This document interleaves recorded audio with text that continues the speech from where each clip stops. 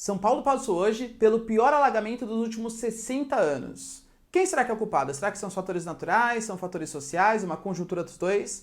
Quer entender as enchentes aqui em São Paulo? Então se liga aí no vídeo.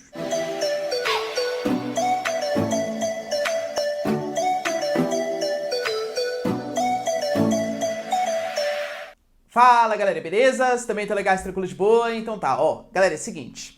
Da mesma maneira que a gente teve gravíssimas enchentes, Espírito Santo, Rio de Janeiro, Minas Gerais, principalmente nas últimas semanas, a gente teve hoje em São Paulo uma enchente assim, muito grande, como há muito tempo não se via em São Paulo. Isso coloca em dúvida pra gente por que existem essas enchentes, se é falta de responsabilidade do poder público, se o poder público pode fazer alguma coisa, por que ele não fez?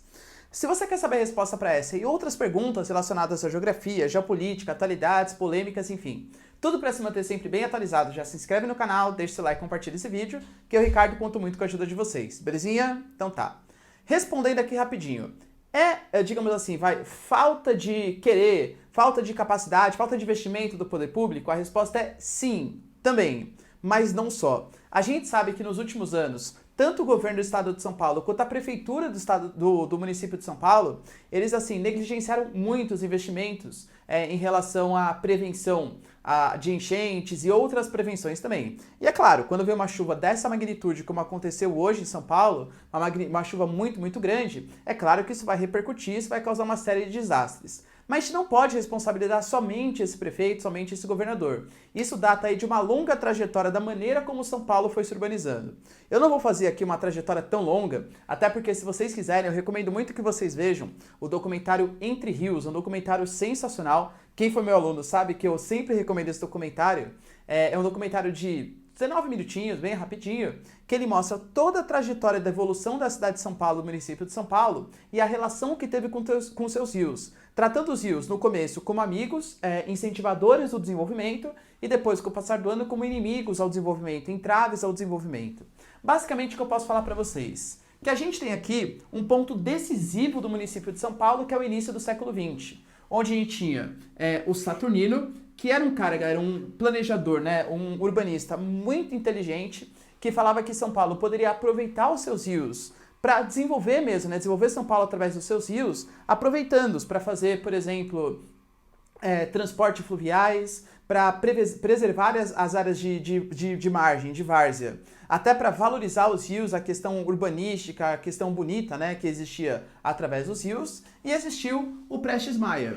O Prestes Maia, que era muito mais amigo dos industriais da época, e ele tinha uma logística de fazer um plano de avenidas, mais ou menos uma ideia, de fazer uma série de avenidas que todas fossem direcionadas ao centro e todas elas circulares. Então você tinha, sei lá, Avenida 23 de Maio, Avenida 9 de Julho, Ibirapuera, todas elas direcionadas ao centro e tangenciando e interligando essas avenidas uma série de círculos concêntricos. Isso foi chamado de plano de avenidas. Esse plano de avenidas desconsiderava a relação que São Paulo tinha com seus rios, com o Anhangabaú, com o rio Tamanduateí, com o rio Tietê, com o rio Pinheiros, com o rio até o rio Ipiranga, por exemplo. Todos esses rios eles foram negligenciados e vários deles, se não foram retificados e ocuparam as suas margens, eles foram soterrados. Mas eles ainda existem, são rios que ainda estão lá. A riqueza hídrica de São Paulo é muito grande e ela foi muito importante para o desenvolvimento, até mesmo o desenvolvimento do café aqui em São Paulo, que trouxe toda essa pujança, essa história econômica que a gente tem. Mas, como a gente escolheu o modelo do Prestes Maia, a gente fez o tal do modelo do plano de avenidas, ocupando os rios, ocupando as margens. E existe uma coisa que a natureza não perdoa, é a ocupação das áreas de várzea. O que seriam áreas de várzea? São áreas que naturalmente ficam expostas à inundação. Então essas áreas que hoje inundam, seja por exemplo na Ricardo Jafé, seja na Marginal Tietê, na Marginal Pinheiros, de verdade, são áreas que sempre inundaram quando tiveram fortes chuvas. Claro, são áreas de várzea, elas sempre vão inundar. Só que antigamente ninguém ocupava, porque você tem que saber respeitar a natureza, as áreas de enchente. Hoje em dia a gente retificou e a gente ocupou. É óbvio que vai ter enchente. Então até, notícia um pouco triste. Sabe quando que vai solucionar a enchente de São Paulo? Nunca. Por quê? Porque para você solucionar, você deveria desocupar essas áreas de várzea, porque sempre vai encher ali. Claro que existem fatores potencializadores, mas solucionar, de verdade não existe enchente. O que existe é encher a área de várzea, só que antigamente ninguém ocupava, agora a gente ocupa e ainda culpa a natureza. Percebe o absurdo que é? Então, São Paulo é uma cidade, desse ponto de vista, sem solução.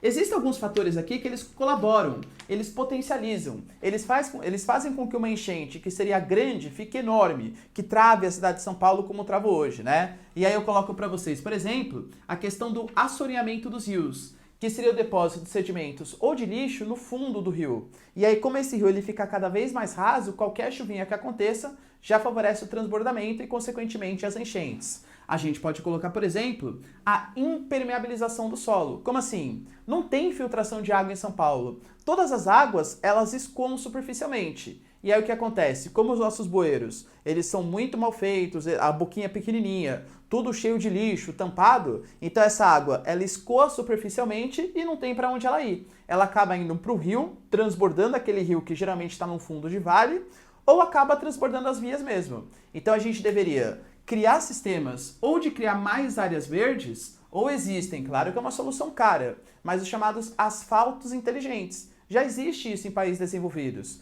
Um asfalto que ele tem capacidade de puxar como se fosse um solo. Então ele suga a água do mar e faz uma conexão mais interessante entre a atmosfera, né, entre a chuva e a própria receptividade dessa água no solo. Solo, lençol freático e por aí vai. A gente pode colocar a questão do lixo nas ruas também. Então, por exemplo, a gente joga muito lixo, acaba tapando os poucos bueiros, que são pouco eficientes, eles ainda ficam tapados. E claro, isso é falha tanto da gente como sociedade, como também do poder público, que não tem capacidade de fazer uma coleta eficiente nas ruas, isso é verdade, tá? E também o desmatamento dessa mata ciliar, que seria a mata que acompanha a beirada dos rios. Esse desmatamento da mata ciliar é outro fator que intensifica, que faz com que fique mais rápido a chegada dessa água nos rios, causando essas enchentes. Então, de verdade, qual seria a solução? Eu estou vendo muita gente falar da construção de piscinões. Piscinões seria uma solução para as enchentes? Eu diria que assim, é difícil fazer isso, é uma obra bastante cara e que muitas vezes não depende só do município de São Paulo, então a prefeitura não conseguiria fazer. Depende do município de São Bernardo, São Caetano, Santo André, etc., municípios periféricos a São Paulo. Mas é uma obra muito cara e é uma obra que pode amenizar o problema. Da mesma coisa, né, que os asfaltos inteligentes que sugam água, eles podem amenizar o problema. Quando você, por exemplo, não joga lixo nas vias, quando você tem uma coleta eficiente, que não vai tapar o bueiro, uma reforma dos bueiros para drenar mais água, são problemas que vão amenizar. Mas de verdade, solucionar o problema das enchentes, quando tem uma pluviosidade, uma chuva tão grande como aconteceu hoje, de verdade, infelizmente, não tem. Então, tudo que você vê de culpa de poder público tal, pense como fator potencializador. Mas o causador, como sempre, são os motivos históricos. A gente tem escolhido um modelo que não seria tão bom economicamente, mas ótimo do ponto de vista ambiental e paisagístico da cidade, e acabamos escolhendo por um modelo que prezava a especulação imobiliária, a ocupação das áreas de várzea em nome de um desenvolvimento econômico. Belezinha? Deu para entender o porquê dessas enchentes em São Paulo? Se vocês curtiram, então, galera, deixa seu like, deixa nos comentários, quero saber também sua opinião, e compartilha também para os seus amigos, que acho que é super importante, belezinha? Isso aí, galera, beijos, abraços e tchau!